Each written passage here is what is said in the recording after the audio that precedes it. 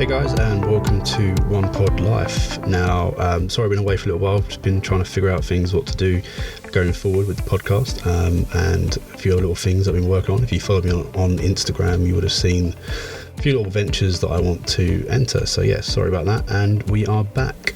Now, in this episode, we are talking to professional golfer Giles Evans, who has just completed his first full season as a playing professional, mainly on the Clutch Pro Tour, a little bit of Jamaica. And yeah, we just talk about his experiences for his first season, how he ticked off some pretty big goals on his to-do list, including playing his first ever Challenge Tour event. So without further ado, please welcome to the podcast, Giles Evans.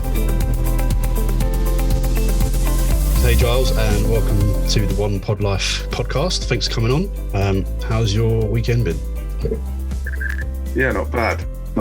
Nice to obviously finish up the season at Oxfordshire last week, so sort of feel like I'm starting to relax and the off season's beginning, so nice and stiff from the first few gym workouts and stuff like that. And, it's been nice to relax a bit for sure. No, good stuff. I'm a bit stiff today as well. I went to the gym for the first time for a week for about 2 years. So yeah, my body's in bits, but exactly. The off season starts now. Thank you for coming on. And yeah, I just wanted to talk to you about now that you've played your first full season as a playing professional out there on a few tours and a few things. You've had a pretty busy 2021, but we'll come to that in a bit. But what I want to do is first start with, I guess I'll start the conversation with everyone the same way. How did you get into golf? So I actually started pretty late. I played a lot of squash when I was younger, up until the age of really probably 14. Sort of picked up a golf club at that age really, and then really started like playing actually like on the course and stuff. Not until I was sort of 15. So compared to most of the boys that I play and practice and compete against now, who all started at, toddlers and stuff like that, I'm a bit of the odd one out. But yeah, just really the club that I played squash at was a golf club as well. And I had a bit of an injury with squash and couldn't really play to the level that I wanted to anymore with that. So, picked up a golf club and yeah, I suppose that's who I am. When I start something, I throw myself into it 100% and just became obsessed with it. And yeah, just got hooked and haven't really looked back since. And don't we all get hooked on it? It's one of those games, isn't it? So what injury did you get in squash then? I'm guessing that injury doesn't hamper your golf. No, so I got into squash quite early. I think my old squash coach came into my primary school actually.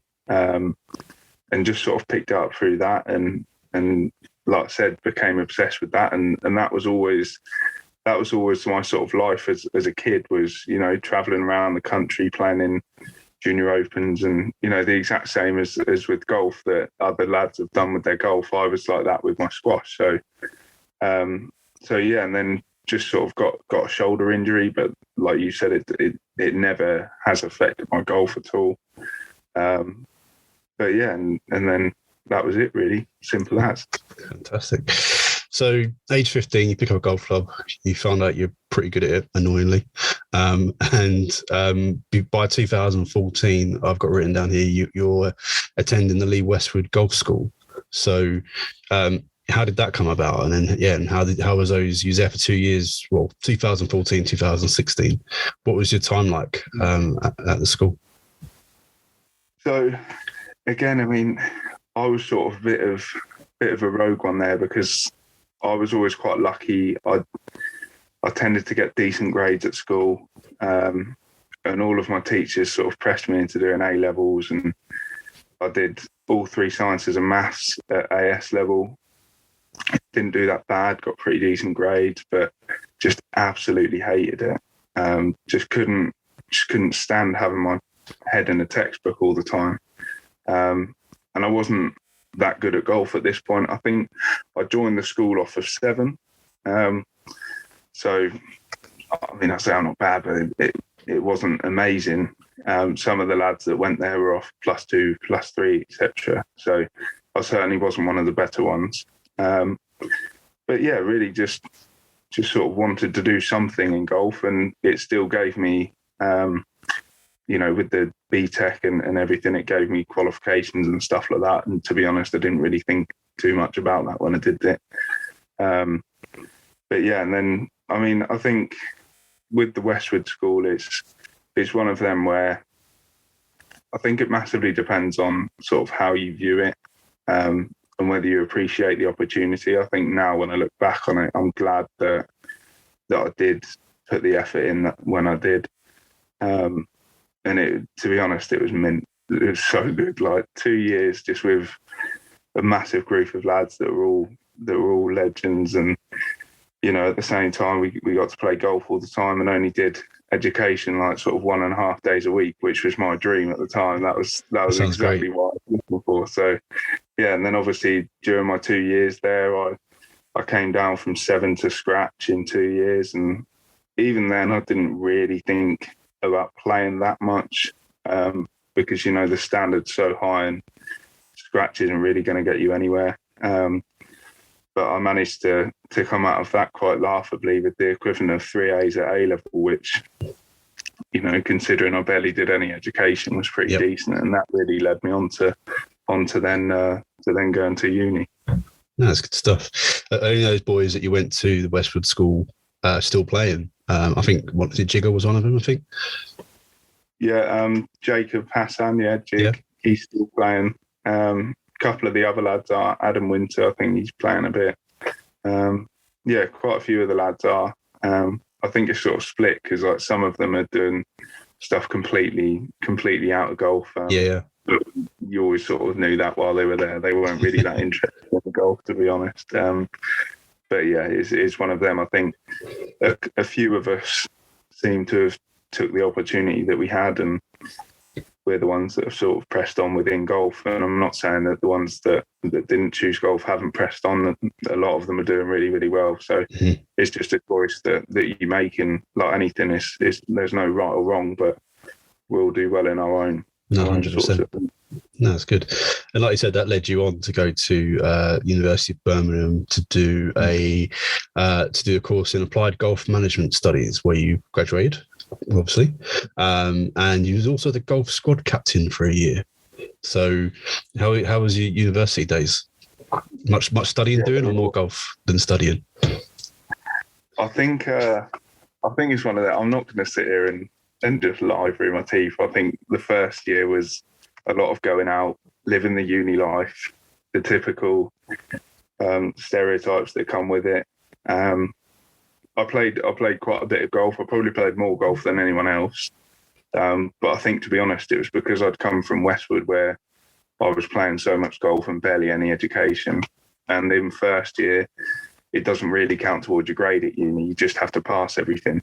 I've been there. It's a wonderful time. I just sort of did the minimum that I could, got good grades, and cracked on. And then second year I played first team all through my first year, which sort of led me into being the golf squad captain in the second year. And to be honest, I think looking back, it was a bit much for me, because second year counts to your grades, as you know, and having that burden as well as, organising all of the people in the golf squad was pretty full on.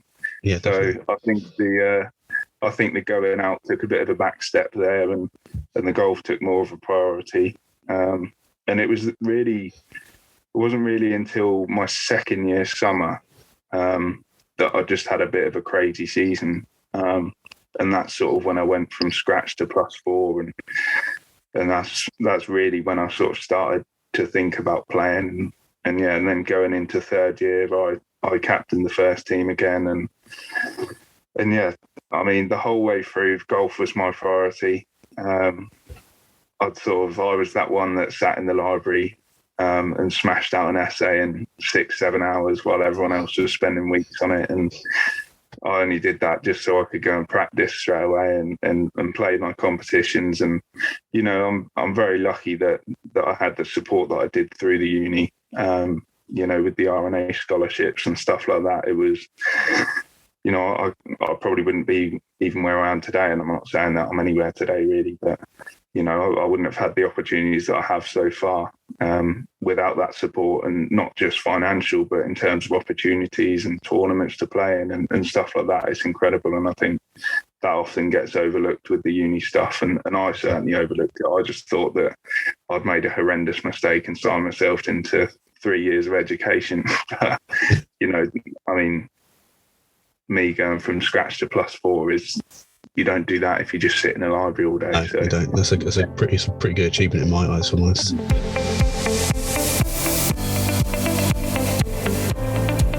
So did those years at university doing that, did that count towards you then qualifying for your PGA coaching in February this year? Yeah, so it's basically, AGMS is almost split. You do your full PGA, so the same as what, the guys who are doing their assistant stuff at the minute, like my caddy, he's doing it. And it's literally the same assignments, everything the same. But then you just do extra modules you do loads of random stuff. You do some business stuff, you do some physio stuff, you do biomechanics. You do a whole range of things that, quite a common role that comes out of AGMS is sort of like director of golf. Okay. My coach, he did the degree, and quite a few lads have gone on to coaching roles, and again, the same as Westwood, some of them are not even in golf anymore. Yeah. But yeah, it is one of them. You sort of, like Westwood, you make what you sort of want it to be. Oh, good stuff. Okay, well, I alluded to it at the beginning of the podcast, saying that 2021 was a pretty big year for you. And what I mean by that is you had obviously a couple of wins, a couple of second places, and we'll go through those now. But obviously, it was your first full season as a playing pro. So what was your thought process going into the start of the season, knowing it was your first full season and what you wanted to achieve? And yeah, did you set yourself any targets before as well? Yeah, of course. I think for me, like, goal setting is a big one. I'm a bit like JT. I like to have a full list of goals and stuff that I could aim for and tick off. And yeah, and I mean, going into the year, I suppose everyone was in the same boat. There was a lot of uncertainty in terms of what sort of schedule we'd all be playing. I was quite lucky in some ways that I wasn't at that level where I'd be travelling abroad so much this year. So, I didn't really have to worry about that. But in terms of actually which tournaments were going to be on, how they were going to be sort of run, and what would be different, what wouldn't be, and that whole COVID thing that everyone had to deal with was quite uncertain, like I said. But yeah, I think sort of going in, I set some goals in terms of order of merit finishes, and the big one was wanting to win on Clutch Tour, and another big one was trying to play on the Challenge Tour for the first time. Yep. And I think going into the season, they seemed quite ambitious. Like I said, this has been my sort of first year as a pro, so yep. I sort of feel like I'm the new kid on the block. And I didn't really, obviously I got to +4, but I didn't have these illustrious amateur careers that a lot of the boys have. I sort of just a lad from Norfolk that had knocked it round in a couple of decent rounds, and that was me, really. So, I didn't really know what to expect. But yeah, then sort of, I think a big turning point for me was sort of 3-4 events in. A couple of guys very, very thankfully helped me out in terms of a little bit of sponsorship for this year. Okay. And I think that was a massive turning point for me, really. And I think since literally that next event, I had like a crazy run where I was just knocking out sort of top 5s and top 10s for fun, and it really just took the pressure off me, I feel. Well, yeah, that was going to be one of my questions later on, but we'll go there now. So I was going to say is one of the things was, what do you think you need? What what help do you think you need to get to the next level? And I guess you just answered it there. You got a little bit of help with some sponsorship, which I guess paid for some events for you to get into, and you almost didn't have to play for your next round, if that made sense. So you kind of went out there and enjoyed it. Yeah, no, and I think the biggest thing for me was that, you know, it's no secret that on the mini tours and stuff like that, you have to win a lot to actually get some decent money. Yep. Because your overheads, even though you're in the UK, your overheads are so high still. And it's a part of professional golf. And yeah, to be honest, the biggest thing was me that it took the focus away from winning money. Yep. And I just became focused on playing as well as I could, and that was it, just focusing completely on myself. And I think that's a big change. And I think, you know, I can remember my first ever like proper professional tournament was a Jamaica tour at the Shire, and I knew I was doing all right. And this is in the last round, and I hit my drive in a gorse bush on the 16th hole, right. And obviously, this was first pro tournament, so I'd never really been in that position. And the first thing that popped into my head was like, oh, there goes a grand. And it's like, I couldn't help it. Yeah. Whereas this year, since I got that little bit of help, it just helped me sort of clear my mind of all of that and just focus on playing golf, really. And then, you know, like I said, we had that run of top fives and top tens, and it was brilliant. But the one thing we were missing was a win. Yep. And that was really the only thing, other than obviously the Order of Merit, that we hadn't ticked off on that list. So, and what a win it was!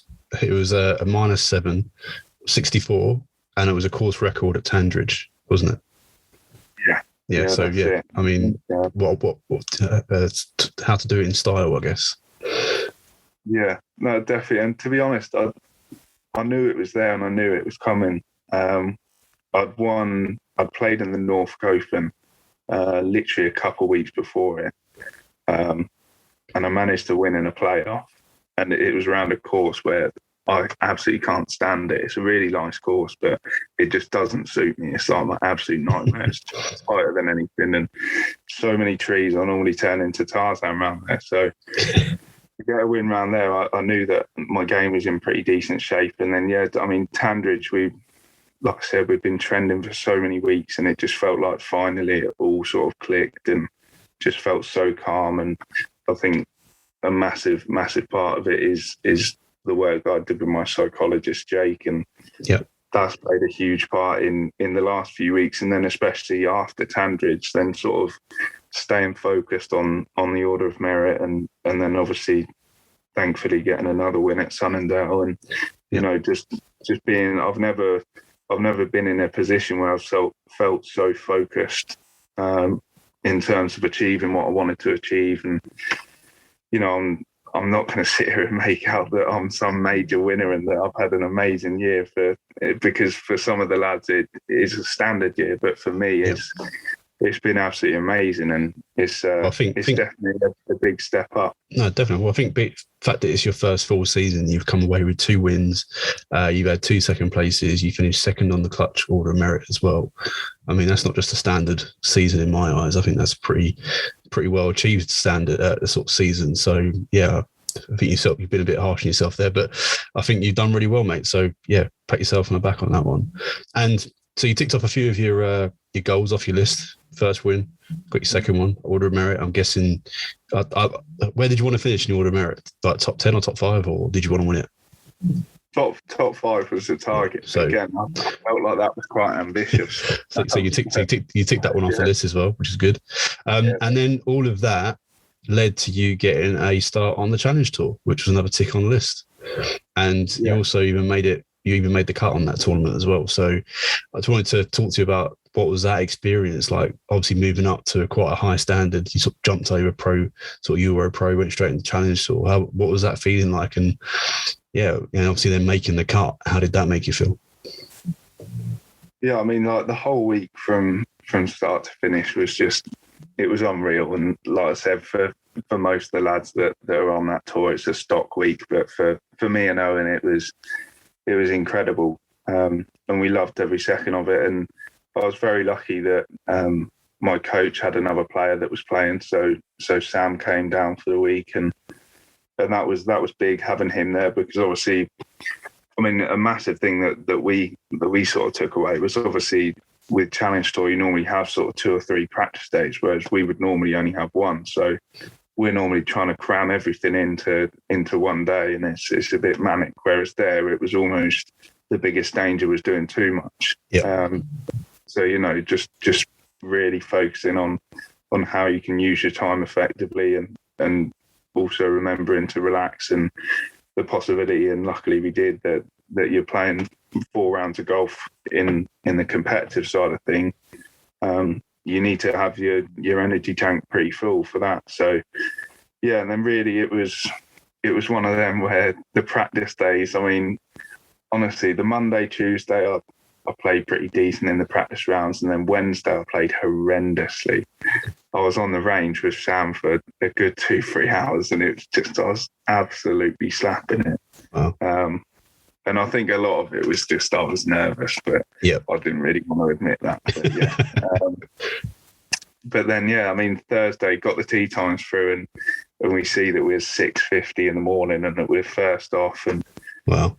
I didn't even clock that I was going to be hitting like sort of the opening tee shot as well. And yeah, I mean, to be honest, when I got it through, I was actually pretty happy with it, because I was like, oh, well, like at least sort of no one will be around. Like it will be nice and quiet, like everything like that. And then, stood there up at 4:30 in the Premier Inn down the road, and doing yoga in the car park in the pitch black, and doing all the stretches and warming up in the pitch black, and Owen's there with his phone torch out on the putting green, and it was a whole new experience for us. And then walking down for the first tee again, I wasn't really that nervous, because like I said, there was just sort of the normal few people there, the starter and everything like that. And then walked down there, and it couldn't have been more different. There was all the organisers and all these cameras from Sky Sports, and honestly, they were about 2 feet from my face the whole time. I was trying to get my tee pegs out and stuff like that, and I was like, oh my God.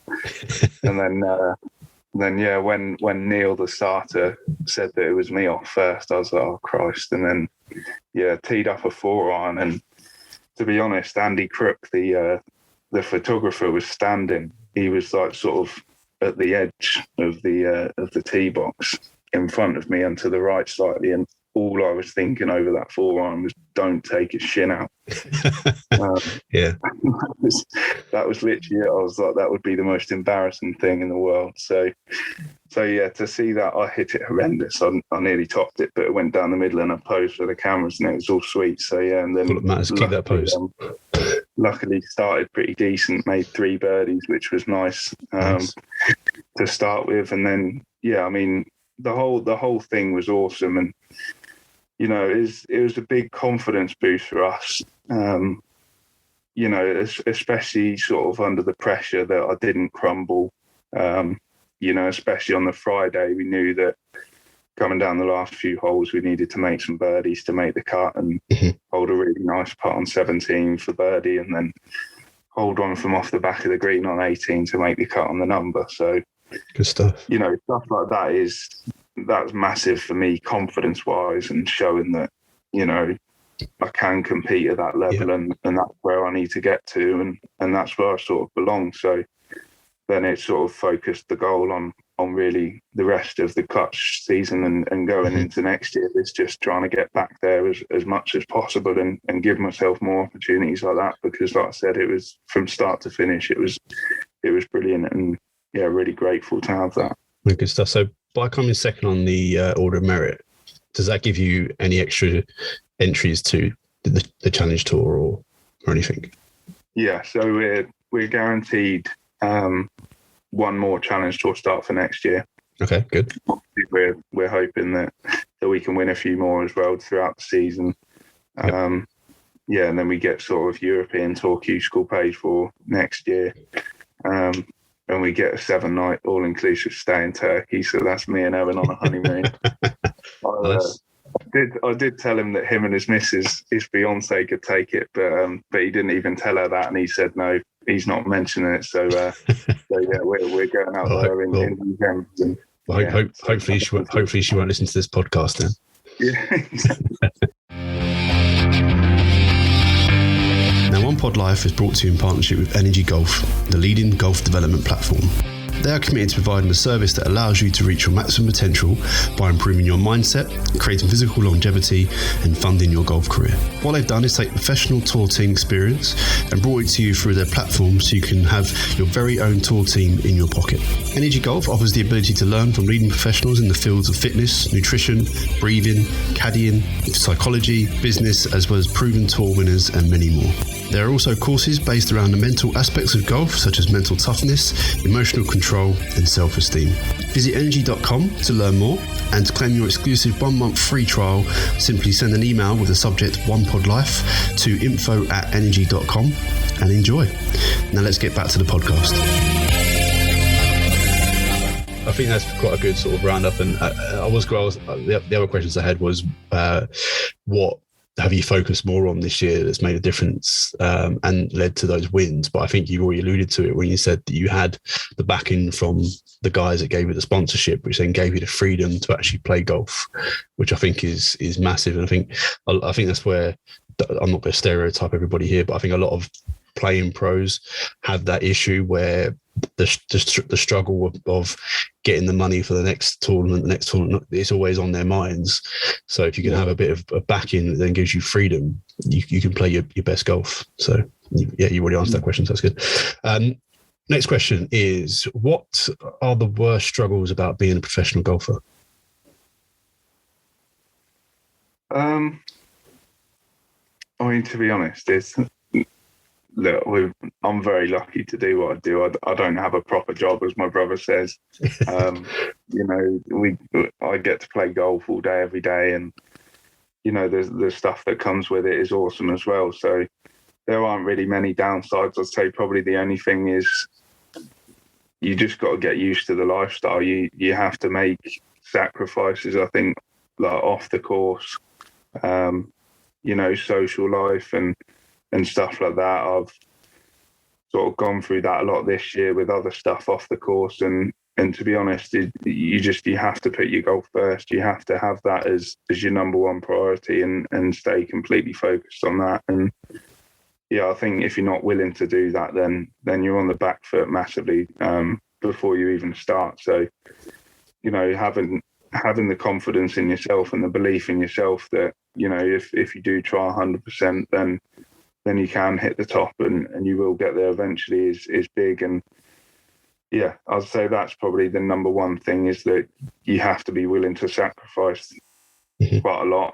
And it's not really, I can sit here and say it's just me, but I'd be lying. It's not just me. A lot of people around me have had to make sacrifices. My parents and the rest of my family and everyone like that. Owen, my caddy, he, you know, a lot of people, my coaches, they all put a lot into me, and I'm very, very grateful for that. And you know, if you don't have that level of commitment, then you're not really going to go that far. Or yeah, so I think that's a big key. But it's one of them where you got to be willing to make that, and you got to be completely focused on it. Yeah, no, definitely. Good stuff. It's a good answer. I like it.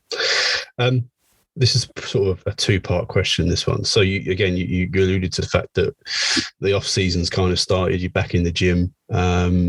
I don't know how long you've got off now to the next tournament, but what are your plans for the winter to get those 1%ers over the line and take you to the next level? Yeah, I think obviously don't give away too many secrets, but yeah, it's not that many. Trust me. No, I think, well, for us, we've sort of got about 4 weeks until we go to Turkey. My short game coach runs a business, Golf Nutrition Holidays. Okay. We're going out with them for a week, and then using the stay that we won in the Order of Merit to do a bit of training out there, and then we're playing the 3 tournaments that the Clutch Tour are running out there. So nice. That's sort of next on our agenda. but yeah, really the plans for the winter are, pretty typical Project Bryson. Get bigger, get faster, get stronger, get healthier. A lot of stuff, working hard with physios and stuff like that to make sure that the niggles and the injuries that I've had this year are gone, and they're gone for good. I think that's a big goal of mine, is to go into next year completely injury free, and maybe in a better position to be less injury prone. So yeah, the physical side of it is a big one.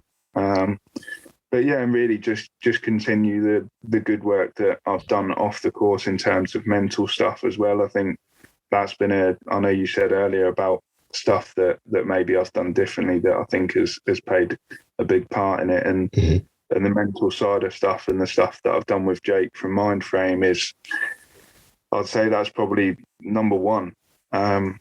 It's just been massive for me in terms of confidence, in terms of self-belief, how I approach tournaments, how I approach different situations, and a lot of learning on the job and new situations this year in terms of being in contention. And like you said, playing in Challenge Tour and stuff like that it's been completely new for me. So, being able to learn and cope in them situations has been huge. And I think without that, I would have really struggled. So, and I probably wouldn't be sitting here today talking to you, that's for sure, because I would have been mid-table. So, hey, I still talk to those guys as well. It's not a problem.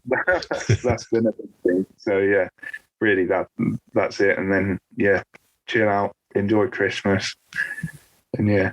And smash 2022, easy. Good stuff. Okay. A couple more things I just want to chat to you about. So recently I've noticed, I've come across On-Course Foundation recently as part of my day job, and I noticed that you did a day's worth of work with the guys over your home course in Barn and Broome, and I just wanted to get your take on how did you get involved in it, and then what was your overall takings from it, and what did you think of the beneficiaries and what On-Course Foundation are trying to do? Yeah, I mean, to be honest, it was a massive, massive eye opener for me.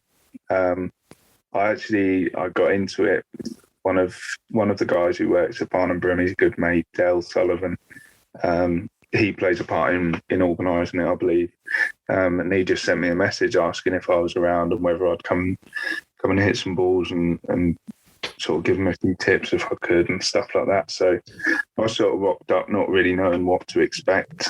And then, yeah, really from the second I got there, it was just, I just couldn't really believe what the sort of guys do and how they sort of carry themselves is just incredible. And just so inspirational. The whole day was just unbelievable. How, and you just see a whole different side of the game. I mean, to me, it doesn't feel like a job, but I suppose technically it is my job, and I do it day in, day out, all day, every day, and it's all I do. And that's how I see it. I see it as a sport. I see it as an opportunity for me to win and an opportunity for me to earn a living. Whereas for them, it's so much more. And talking to some of the guys, golf has literally saved their life, and it's just incredible. And just so much admiration and respect for the guys. And yeah, it was pretty awesome for me to just sort of stand there hitting balls and them thinking it's amazing. And yeah, for me, I stood over. I was probably more nervous at that than I was at any of the tournaments, because I didn't want to. They expect some absolute player to turn up. I didn't want to stand there skanking a sandwich and be like, oh yeah, this played it. So yeah, but it was, like I said, it was incredible, and I'm looking forward to if I have the opportunity to help out again, or if they want to have me back, I'd be more than happy to do anything I possibly can. Stuff. Just so people know, On-Course Foundation help injured servicemen and women get back into golf, or to recover through golf, and also to get employment through golf as well. So yeah, Giles obviously gives his time to spend some time with those guys and give them a few tips on how to play a bit of golf. They obviously went out to Simpson Cup recently. I'm sure they took a few of your tips with them. So That was good. Okay, cool. Last few questions. These are the sort of, I guess you can call them quick fire questions if you want. One of them, the last one's not a quick fire, but these three are. So what is your favorite type of golf course, and as in links or parkland, and also your favorite golf course you've ever played? Parkland, less wind, generally warmer. Yep. I don't mind playing links. Being from Norfolk, the majority of decent courses are links courses in Norfolk, but so I played a lot as a junior on links courses. But no, I'd say definitely I prefer Parkland and open ones at that if I can. Not too many trees, and that's my favourite. So okay, yeah. In terms of favourite golf course, well, I suppose I can't really say Birkdale now, seeing as I've said Parkland. Wentworth's pretty cool. Sunningdale's up there. Yep. That was pretty awesome when I played there. But yeah, pretty stock. To be honest, I haven't really played that much abroad. So yeah, I'd probably say UK based. Probably Sunningdale was pretty cool. But yeah, I played the par 3. I've not played the actual golf course, so it's on my list. So, okay, yeah. No, they're pretty awesome. Pretty awesome. Good stuff. Okay, what's the best shot you've ever hit in a tournament? Put me on the spot. There must be one. I'll probably say the putt at Challenge Tour to make the cut. That was probably it. Yeah, I mean the pin, like how they've changed the 18th on that PGA course is just rank. Like, I mean, I was like 30, 40 yards away from the green, and all you can see is water when the pin's on the left, and you know that there's water behind it as well.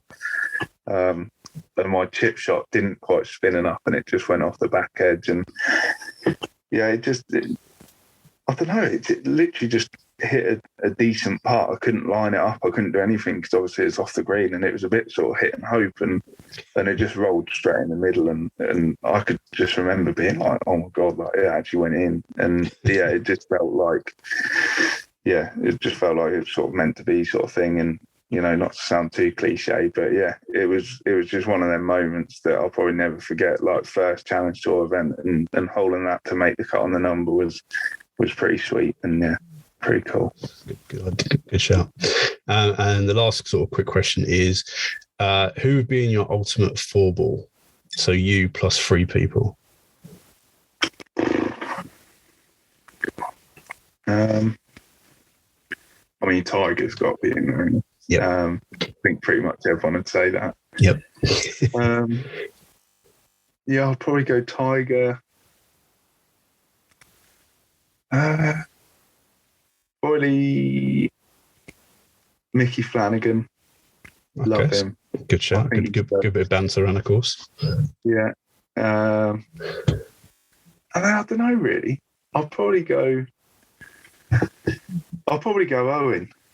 Yeah. Because I know that if I went without Owen, then he'd just rip me for the rest of my life. And I know that if I don't say his name now, that he's not going to talk to me for a week once this comes out. So yeah, I'll better say Owen. Okay, so good Mickey shout. Flanagan, Owen and Tiger, yeah, that'll be it.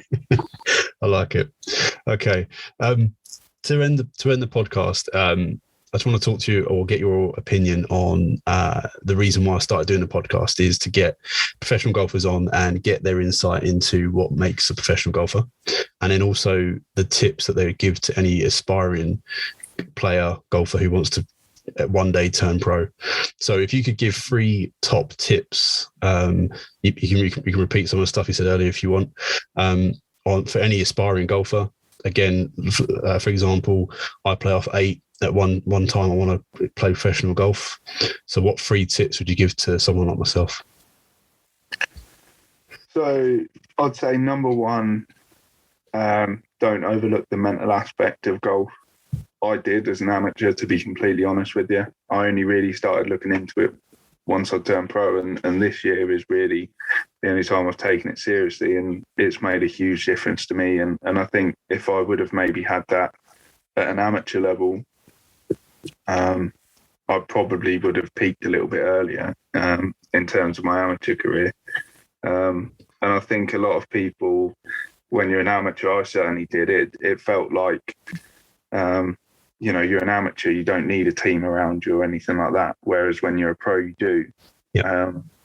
Whereas I think, you got to drop your ego in certain times. And that would probably be another tip, is to drop your ego. Do what's right for you and do whatever's going to benefit you. And I think you have to be quite selfish at times, and you have to sort of focus on yourself. But it's really how you carry yourself. You don't have to be selfish in terms of how you talk to other people and how you behave around other people. But, I'm a big believer in, you say hello to anyone, you talk to anyone, and, you're not better than anyone. No one is. So, you can be a nice guy and you can be humble, and that's something that I sort of pride myself on trying to be. But then at the same time, you have to be quite self-centered in your own mind. And when it comes to your golf, you have to have that inner arrogance and belief in yourself. If you want to hit the top, you need to believe you can get there and that you've got the talent to get there. So they're the first two. And then I'd say the third one is know what you're good at and then play to it. So I'd say that's like the biggest tip that I could give to anyone, is find out what your strengths are. Everyone's obsessed with finding their weaknesses and then working on them. And don't get me wrong, that's a massive part of it as well. But when it comes to actually tournament play and competitive edge, you need to know what you're good at, specifically what you're good at in terms of your specific yardage that you're best at, that then on par fives or par fours, when you hit it in the crap, you can chip out to that number. Par fives or even short par fours where you're not hitting drive or whatever, you're leaving it at that certain number that you back yourself and that you're pretty good from that number. So yeah, know what you're good at, drop your ego, and don't overlook the mind stuff. And yeah, I'd say they're pretty decent. Good stuff, mate. That's a good list. Thank you very much. Giles, thanks very much for coming on the podcast and giving your insight into your first full season as a professional golfer. Congratulations. And yeah, good luck for next year. Have fun in Turkey. Not too much fun though. But yeah, hope you pick up another win out there and you can push on 2022. Thanks very much for having me, mate.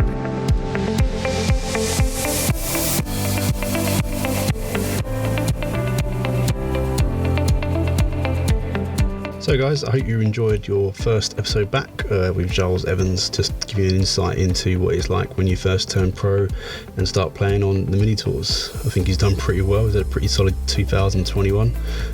Like he said, he's going to go away, reset, get some training in to do full Bryson mode, as he called it, and come out in 2022 even bigger and stronger, and hopefully he'll rack up some more wins.